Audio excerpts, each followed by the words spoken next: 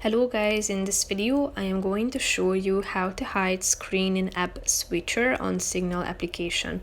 But first I just want to mention, don't forget to subscribe to my channel because at 100,000 subscribers I am going to show you my whole YouTube revenue statistics and growth strategy, how to make money online. Now let's jump into it.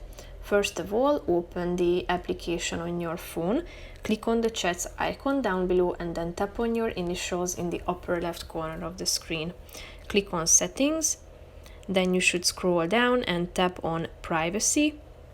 Scroll down to app security and here you can find the hide screen in app switcher feature that you can enable by clicking on the button on the right side of the screen.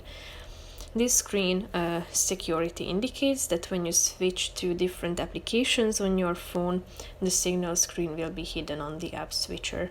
So basically that's it for this video guys. See you in the next one. Bye bye.